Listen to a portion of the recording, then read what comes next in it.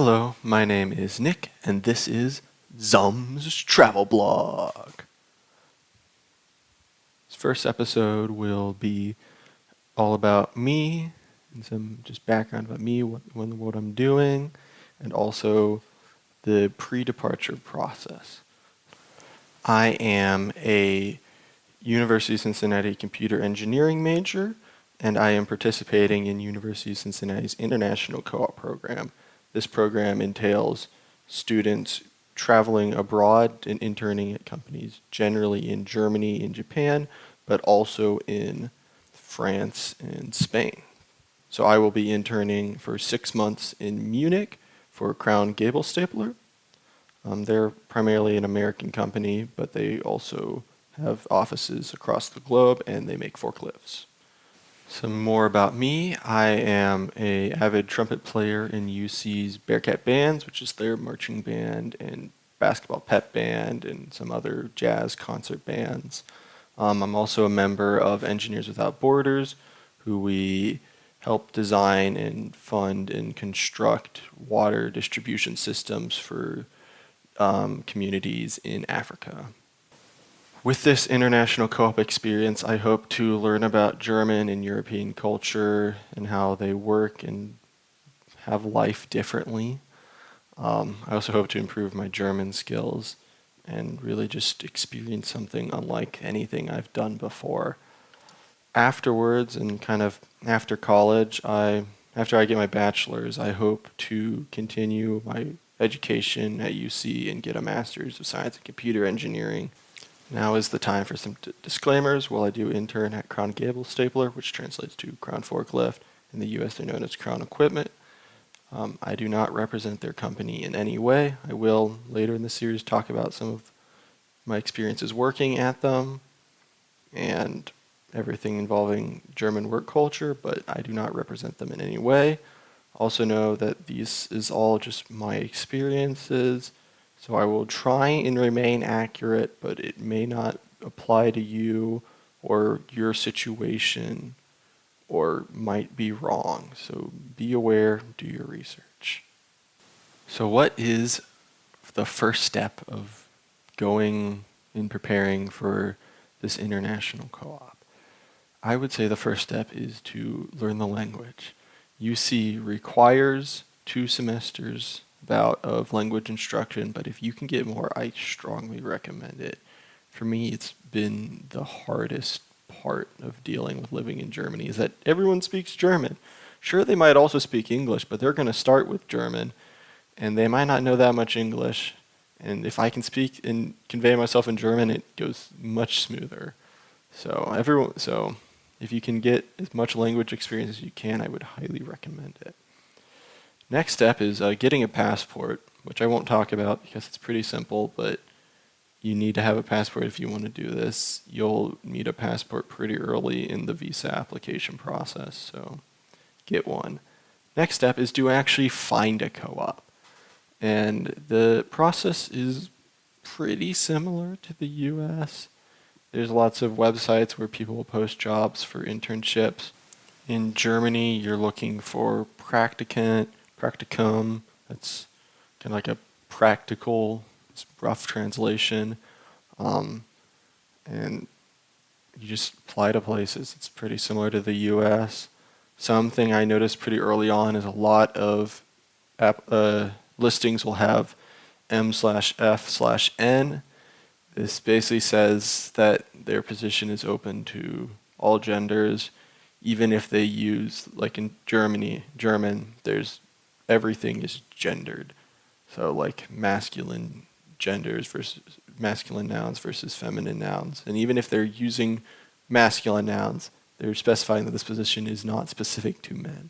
Another thing that is important to looking for internships in Germany is mandatory versus voluntary internships.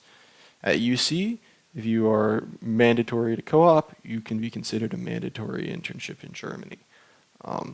The main differences is voluntary internships are more limited in length. I think it's 4 months.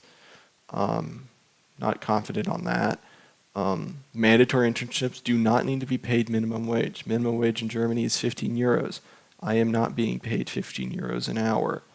So Mandatory internships generally are more paperwork to get, but you have some benefits, and there's little differences, but the two big ones are length and pay. So a lot of companies will ask, are you a mandatory internship? And so you can answer yes if it is mandatory for you in the US. If it's not, no.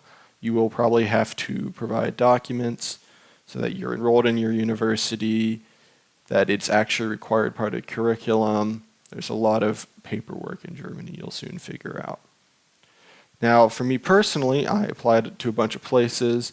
UC has, through their international co-op program, has connections with certain companies that tend to hire UC students. And my employer, co-op employer in the US, Crown Equipment Corporation, ended up being the ones that hired me in the US. So that's how I eventually got it, is I networked and talked through my current co-op employer to get a position abroad.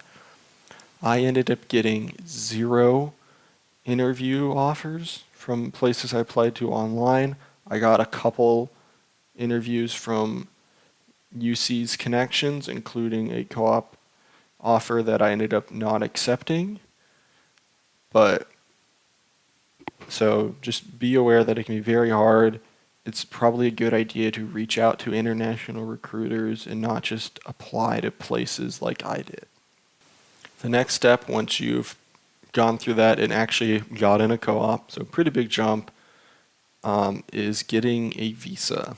So if you want to work in Germany, you need a residency/work visa. It's really confusing what is what, but if you're staying for more than 3 months, you will need a residency visa, and you will need a work authorization for your internship. So step 1 is getting a work authorization. This is generally done by the employer, but do know that you will have had to sign a contract, which generally involves them making it, printing it out, signing it themselves, mailing it to you, then you need to sign it and then mail it back. So just be aware that that is a requirement to really start the work authorization process. That the length of that is very variable, but once you have work authorization, and while that's happening, you need to start preparing everything you need for your visa application. www.germany.info is the official source for visa information in the US.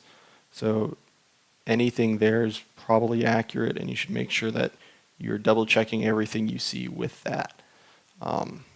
Some things you're going to need for your visa is you're going to need housing for the beginning of your stay. For me, Crown provided housing for the first 2 weeks of my stay, which was really nice. Airbnb is probably your best option. You get an Airbnb for a month. If you pay for a full month and you're in the off seasons and not really in the summer, it's generally not that much more expensive than an apartment. There are websites like Housing Anywhere and Wonderflats that are kind of specialized in getting people apartments, but they are pretty inconsistent with the quality of the housing, and you'll most likely be in a full rental contract for the entirety of your stay. It's pretty common for a 3-month minimum of you have to give them 3 months notice, and I've had some of the places I looked at required a 6-month minimum to start. WG Gesucht is also very good for finding housing, but a lot of people there want to meet you in person in order to get to know you before you start living with them. So I could give a whole episode on housing. So it's rough and quite hard to get housing when you're not here. Other things you need is travel insurance. This would be your CSIS insurance for UC students, which is required by UC International. You also need to fill out this online VidX form. So there is some PDF paper forms on the embassy, on the website, but you need to, there's an online form which is like you fill out a bunch of forms, it looks all neat, and then it prints it out for you. And on there's this big like barcode on the last page is how they actually enter it in the system. So you need to fill that out. I did not fill that out or bring that to my visa application, and it was confusing, and I needed to send it to them after. Another thing, if you've not done any research, is that you need to apply in person. So you will need to go to a German consulate in America For Ohio residents and UC students, that would be the consulate in Chicago. You can, in some cases, I'm not entirely sure for internships, you can sometimes get them to check your paperwork ahead of time, which can give you confidence and make the whole thing more smooth, but you still will need to go there in person. I also recommend when you give them the timeline of when you want to be in Germany for your visa, you should give yourself some buffer time before you start and after you finish working, just so you have time to move in and out and get everything settled. I did have help from the relocation firm in Talento. They were kind of brought on by Crown to help facilitate the process, and they generally did a very good job. I don't know if you can hire them privately, but they were quite good. Kind of some random bits of information. You as an intern are there for study, and I would probably specify that you are a student for a internship. You also should, for your, whenever you see like forename or first name, you should give your first and middle name exactly as it is shown on your U.S. passport. So there's lots of little details of things that are probably be better to do. Might not be entirely necessary, but there's just so much information that I can't really go over it here. Whatever you do, I highly recommend being on top of your application and trying to move things along because it can be a long process. Mine ended up being delayed, so I started a month later than originally planned. But just keep on things. Final bit is just some packing tips. You will want outlet adapters. I find the universal ones that like can go to like any outlet tend to not be great or not have proper grounding. So just using EU ones are probably fine. Maybe one universal if you plan on traveling a little bit. Also for clothing in Germany, there is no graphic tees. Lots and lots of jeans. So lots of people wear jeans. If you like wear jeans, I hate jeans, but if you like them, you'll feel free to bring tons of them. At work, I find that the clothing is a little bit more casual than the US. Sweaters are quite popular, and some people wear plain tennis shoes. But I would also make sure that you check with your employer with what their clothing policy, maybe not policy, but culture is. But going with US business casual is probably a safe bet, which is what I did. So that's all for today. This has been Zumb's Travel Blog.